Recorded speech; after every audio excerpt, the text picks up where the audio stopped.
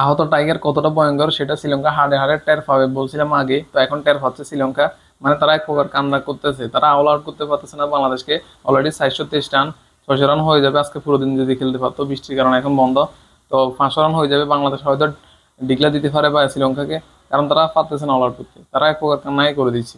মানে এক প্রকার কাঁদাচ্ছে শ্রীলঙ্কাকে বাংলাদেশ টাইগার বাহিনী। মুশফিকুর রহিমের ডাবল সেঞ্চুরির অপেক্ষা আছে সবাই, ডাবল সেঞ্চুরিটা সে করে নিলে, এরপর লিটন দাসের সেঞ্চুরিটা হয়ে গেলে তাহলে হয়তো ডিক্লেয়ার দিয়ে দিবে শ্রীলঙ্কাকে। কারণ তারা আর পারতেছে না বাংলাদেশকে অল আউট করতে, তাদের অবস্থাটা বাংলাদেশ জিতার মতো একটা রান হয়ে গেছে, মানে লিড দেওয়ার মতো একটা রান হয়ে গেছে অলরেডি, 500 রান হয়ে যাচ্ছে।